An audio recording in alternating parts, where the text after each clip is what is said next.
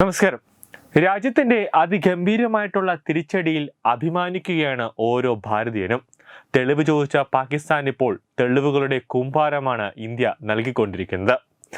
ഇന്ത്യയുടെ നീക്കങ്ങൾ കൃത്യവും ശക്തവും സത്യമുള്ളതുമാണ്. അതിൻ്റെ ഒരു തെളിവാണ് ഇന്ത്യ ഓരോ തെളിവ് സഹിതം പുറത്തുവിട്ടുകൊണ്ടിരിക്കുന്നത്. അതായത് പ്രതിരോധ മന്ത്രാലയം, അതോടൊപ്പം തന്നെ വിദേശകാര്യ മന്ത്രാലയം ഓപ്പറേഷൻ സിന്ദൂറുമായി ബന്ധപ്പെട്ട് വിദേശകാര്യ സെക്രട്ടറി വിക്രം മിശ്രയും അതോടൊപ്പം തന്നെ വ്യോമിക സിംഗും അതോടൊപ്പം തന്നെ സോഫിയ ഖുറേഷി അടക്കമുള്ളവർ വാർത്താ സമ്മേളനത്തിൽ വിളിച്ചപ്പോൾ അവർ സാധാരണ രീതിയിൽ വന്ന് പറഞ്ഞിട്ട് പോകുന്ന ഒരു സമീപനമല്ല അവർ എടുത്തത്. അതായത് കൃത്യമായ രീതിയിൽ അവർ അവരുടെ സ്ക്രീനിൽ എന്താണ് ഉണ്ടായത്, പാകിസ്ഥാൻ പറയുന്നു ഇന്ന സ്ഥലം അവർ ആക്രമിച്ചു എന്ന്, ഈ സ്ഥലം ഇവിടെ തന്നെയുണ്ട്, നമ്മൾ പാകിസ്ഥാനിലെ ഏതൊക്കെ സ്ഥലങ്ങൾ ആക്രമിച്ചു എന്ന കൃത്യമായ വീഡിയോകളടക്കം അവർ നമുക്ക് കാണിച്ചു തരുന്നുണ്ട്. ഓപ്പറേഷൻ സിന്ദൂർ എന്ന പേരിട്ട ഇന്ത്യയുടെ സൈനിക നടപടി പാകിസ്ഥാനെ അമ്പെ ഉലച്ചു കളഞ്ഞിട്ടുണ്ട്.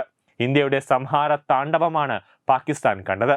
സൈനിക കേന്ദ്രങ്ങളെ ലക്ഷ്യം വെച്ചുള്ള ഇന്ത്യൻ നീക്കത്തിൽ പാകിസ്ഥാന് ശരിക്കും അടിപതറി.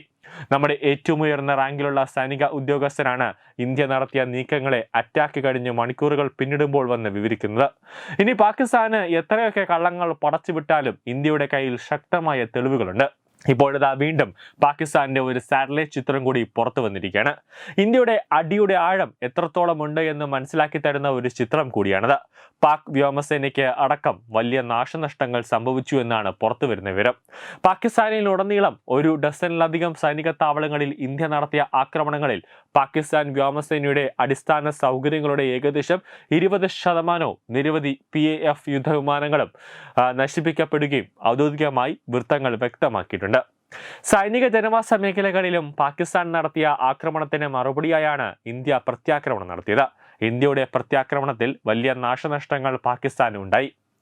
F-16 അതോടൊപ്പം തന്നെ F-17 യുദ്ധവിമാനങ്ങൾ നിലയുറപ്പിച്ചിരുന്ന സർഗോദ, അതോടൊപ്പം തന്നെ ഭൊലാരി തുടങ്ങിയ വ്യോമതാവളങ്ങളെയും പ്രധാന വെടിമരുന്ന് ഡിപ്പോകളെയും ലക്ഷ്യമിട്ടാണ് ആക്രമണം നടത്തിയതെന്നാണ് വൃത്തങ്ങൾ പറയുന്നത്.